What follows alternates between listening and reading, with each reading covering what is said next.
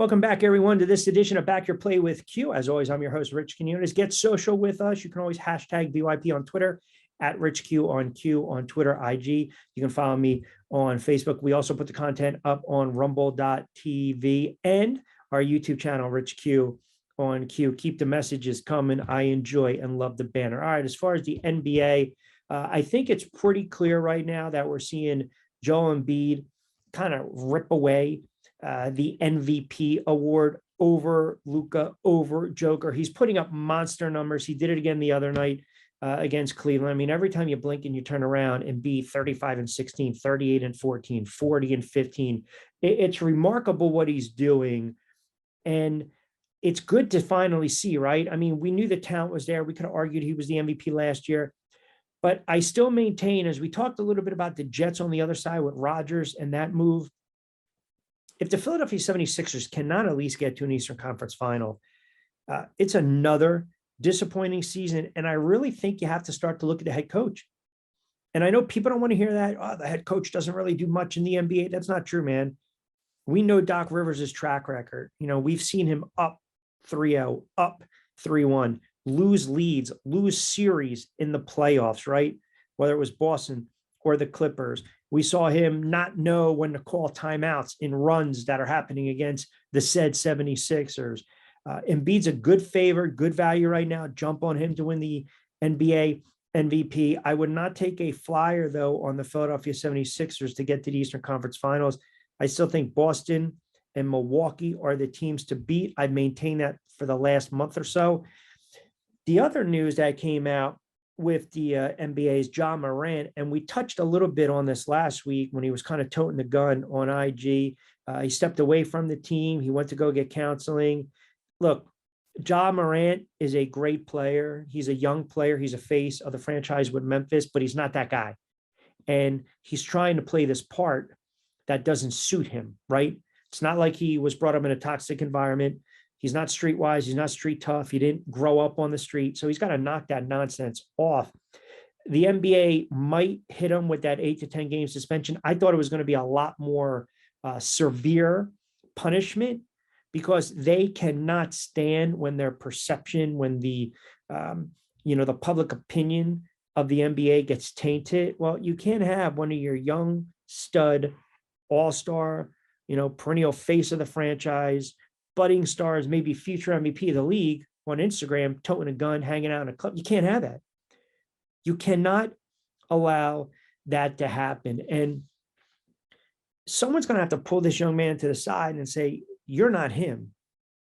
You're not these guys. Good home, good environment, good schooling, and in a good franchise, in a city, in a community that loves you. Grow up and act like it. And I want to hear this. Oh, he's a young guy. No, he's making a lot of money, man. And with that comes responsibilities. And if you're going to play the part, play the right part. Don't play the fake part. Don't play the part that you think people want to see or know or get to know. That doesn't fly, man. Because you start doing that in a legit environment that is street tough, street thugs, street punks, heavy environment. You try to pull that stuff in Camden or Patterson and parts of Wilmington or go down and Dover. You try to act that part and you're not that part. You're going to wind up on your fanny and maybe even worse. So never a good look. He's got to straighten it out. I hope he does straighten it out. It looks like he's on that right path. But yeah, the NBA, it's still wide open, man. You look at that top heavy Western Conference, you look in the Eastern Conference, Boston, Milwaukee, Cleveland, the Knicks, even though they've been banged up a little bit, the 76ers, the Durant thing was a tough issue for Phoenix, slipping and getting injured like that. Lakers are shot, Clippers are shot, Kings are a young team, Warriors dealing with some issues, even though you still love to see Curry out there slinging it and shooting it from all over. So this is a wide open NBA season, but it's going to be tough for the Philadelphia 76ers to get through that Eastern Conference because they're going to have to get through either Boston or Milwaukee, right? And that's going to be tough to do no matter who they match up against. Even if they get by one of those teams respectively, they're still going to ultimately meet the other, barring any type of upset, and I don't see that happening.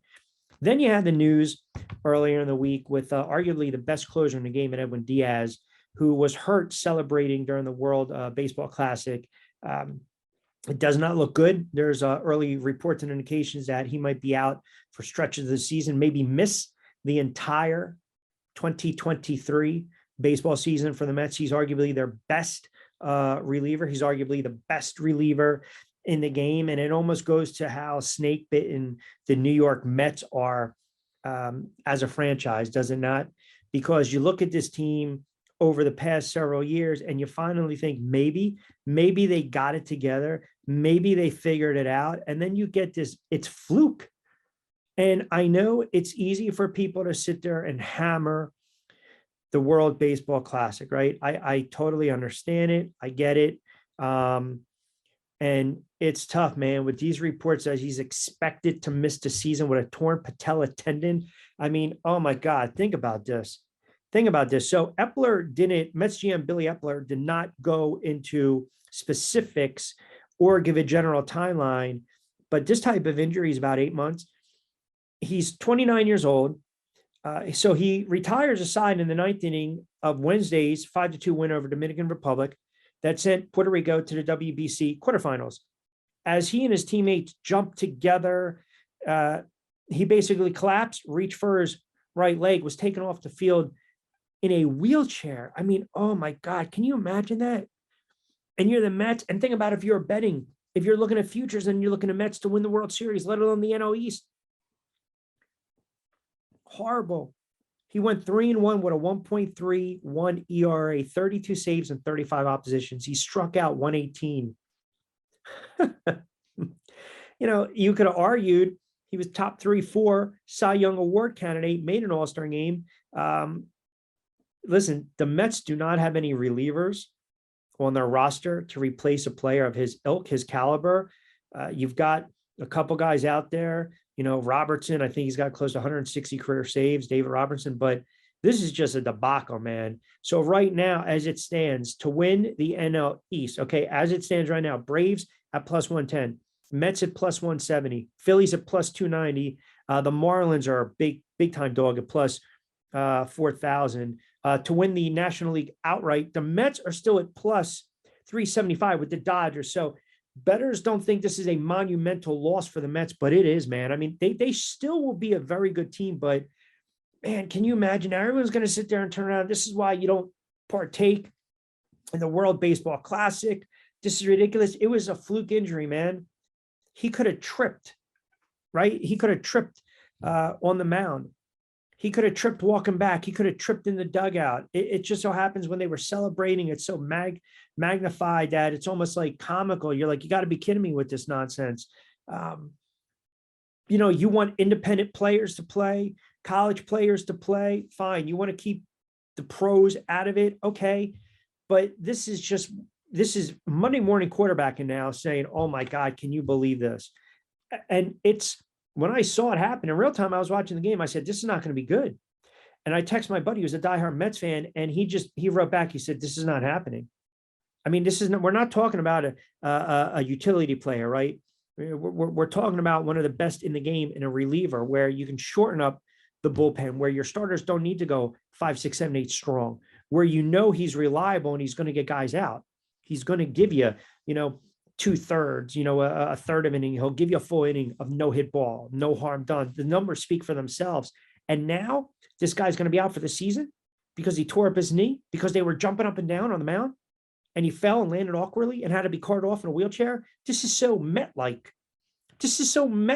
I mean, it's like this franchise is snake bitten with injuries. It's almost like you'll find a lot of Met fans are Jet fans. So, they were probably going to get heartbroken if Rodgers decides to retire. And now they're really high. And then all of a sudden, boom, they're really low now because of Diaz.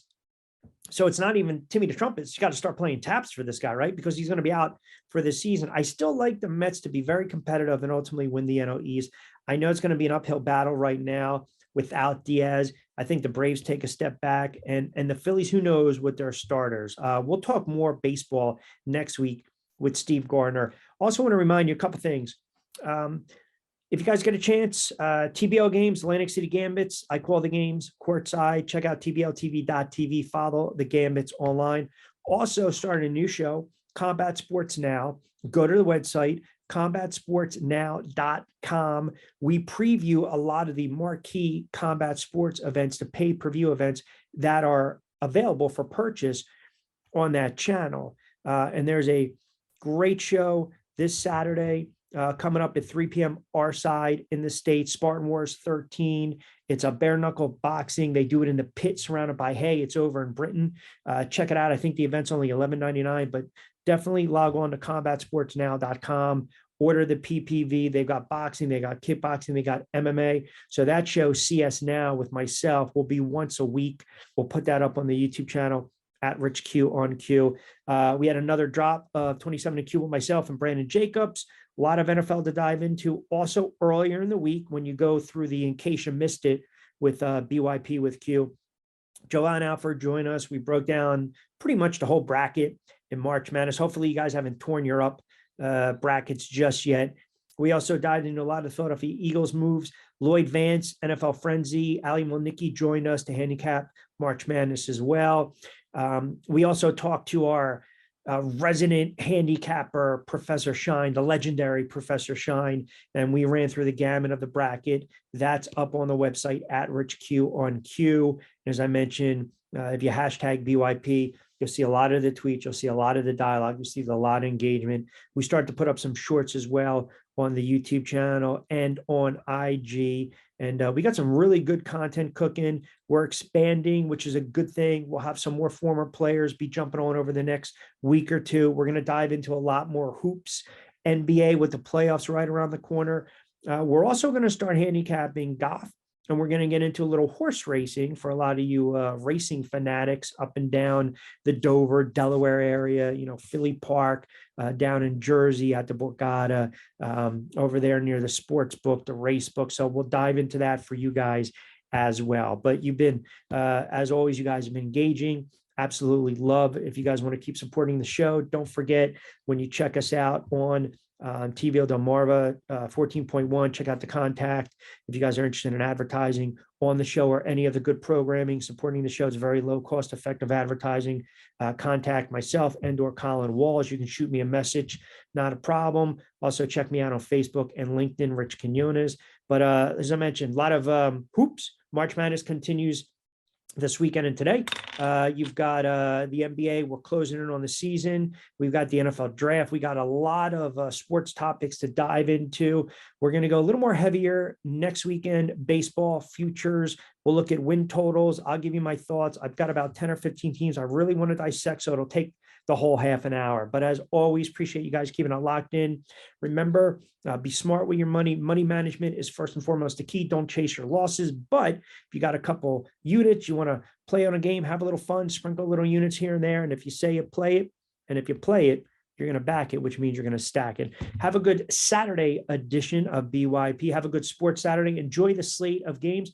We will talk to you next weekend right here on TV Delmarva, channel 14.1. As always, this has been another edition of Back Your Play with Q. I'm Rich Quinones. We'll talk to you then.